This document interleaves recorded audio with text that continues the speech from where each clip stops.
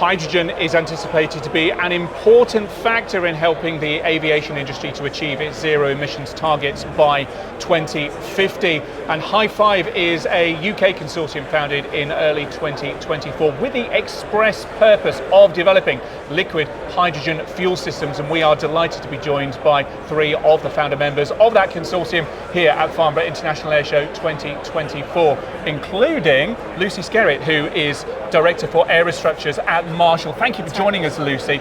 Tell us a bit more about the consortium, about its specific goals. So first of all, it's great to be here on stand at Farnborough with our partners GKN Aerospace and Parker Meggitt. We are working closely with our partners and with three universities to progress liquid hydrogen fuel systems for aircraft. We've got a really interesting scope of work that takes us through a 4-year programme to get us through to a ground demonstrator rig. And it's a programme that's really important to the UK government. You mentioned government funding there, £40 million of funding promised by Conservative Chancellor Jeremy Hunt earlier in 2024. Yep. There's been a change of government since then in the UK. What does that mean as far as the programme is concerned, though? It's all committed funding. Half of that funding comes from the government, the rest is investment from industry. And it's a key strategic initiative for a sustainability focus for UK industry and for progression of the aerospace industry as a whole. And what can you tell us about timescales and milestones? So, like I said, it's a 4-year piece of work, so that takes us through to 2027. We'll have a full demonstrator ground rig with a liquid hydrogen fuel system at the end of the programme, and we will be working through our system requirements this year with a key milestone towards the end of Q3 in 2024. Lucy Skerrit, thank you very much. Welcome, thank you.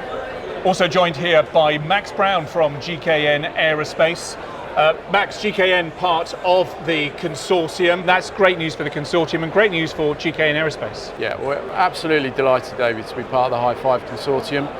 We have a portfolio of hydrogen research programs at GKN Aerospace. H2 Gear was our first program. HyFIVE is an absolutely key part of our fuel systems development, and then our H2 flight program as well. So it really does complete the portfolio of activities we're doing at GKN Aerospace. Of course, GKN Aerospace's expertise is well known in the industry, but what specifically are you hoping to contribute to the programme? GKN Aerospace, we have a real depth of engineering expertise. We operate from aircraft level right the way down to component level in some areas. And what we're really bringing to this consortium is not only that sort of aircraft perspective on the requirements, we're also bringing our materials expertise, particularly in some of our composites areas, but then also in our cryogenics. We have a really robust cryogenics capability, and that's obviously key to the success of a liquid hydrogen fuel system. So coupled with a pretty good manufacturing capability, we're hoping to add some real value to the consortium. And it's a consortium. Collaboration is what's really key here, isn't it? We're super excited to be working with Marshall and Parker Meggitt in this program, and we've been really specific about how we collaborate and who and when we collaborate, and we think with the industrial engineering capability of the three organisations, we're in a really strong position. Max, thank you very much. Also here is Tracy Rice from Parker Aerospace. Tracy, tell me about Parker Aerospace and its role in this consortium. So great. First of all, we're very thrilled to be a part of this consortium. And Parker has a long legacy. We've been in business for over 100 years.